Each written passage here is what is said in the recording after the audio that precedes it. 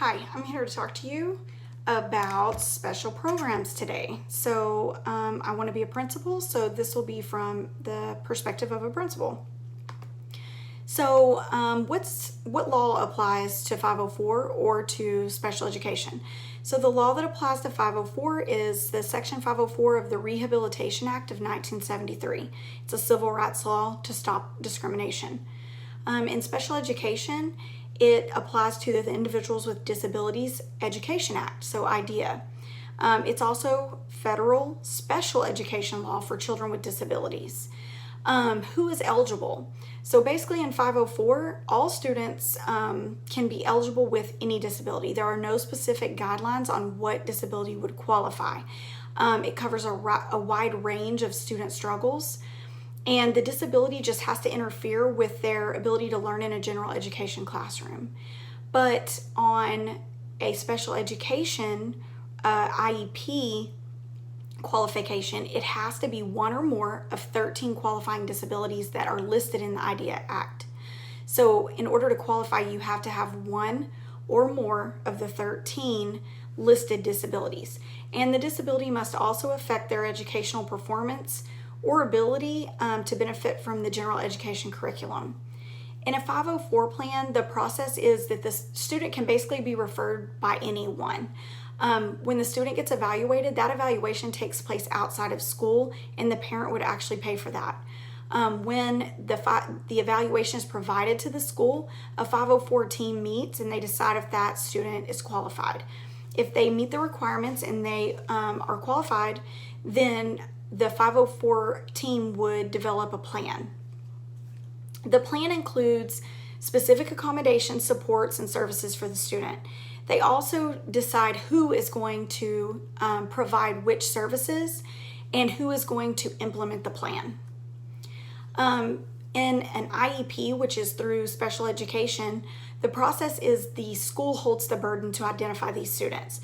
So typically your teachers would use the RTI process. So we would actually have you guys provide RTI to students that are struggling, and through the RTI process, you would identify students that you feel are not making progress and might need to be tested for special education. Once that student is identified in the classroom, the parent is then notified and must give us approval for the testing. Now, the testing for this type of service happens at school, and the school can pay for it. Or if the parent chooses, they can take them somewhere else. The final determination, once that's made, if that student qualifies, then the IEP team, which has to have a parent, a special education teacher, a general education teacher, the diagnostician, and an administrator.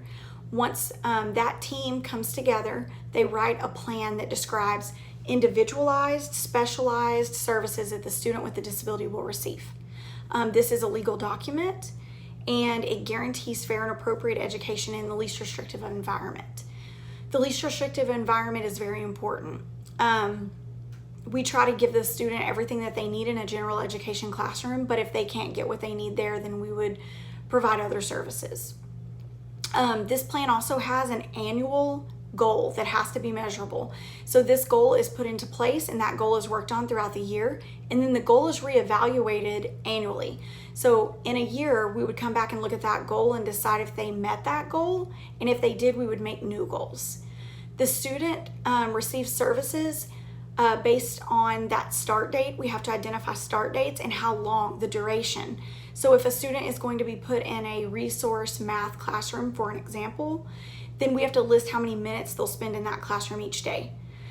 We also give their current levels, where they're at right now, and how they're performing right now, and testing information.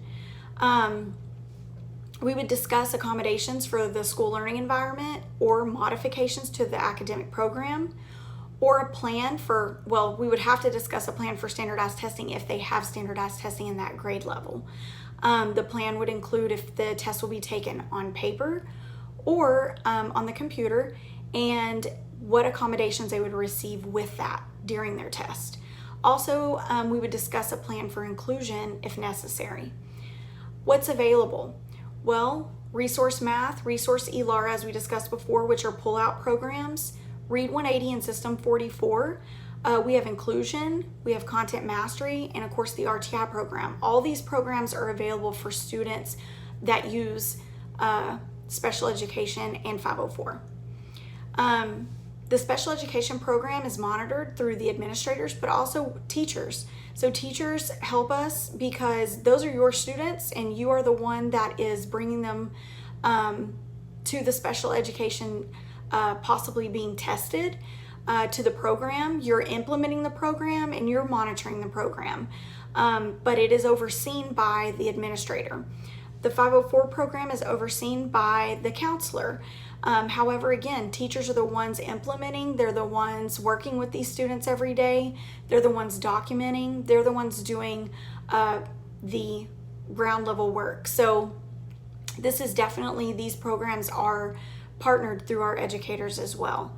Thank you so much. If you have any questions, please let me know.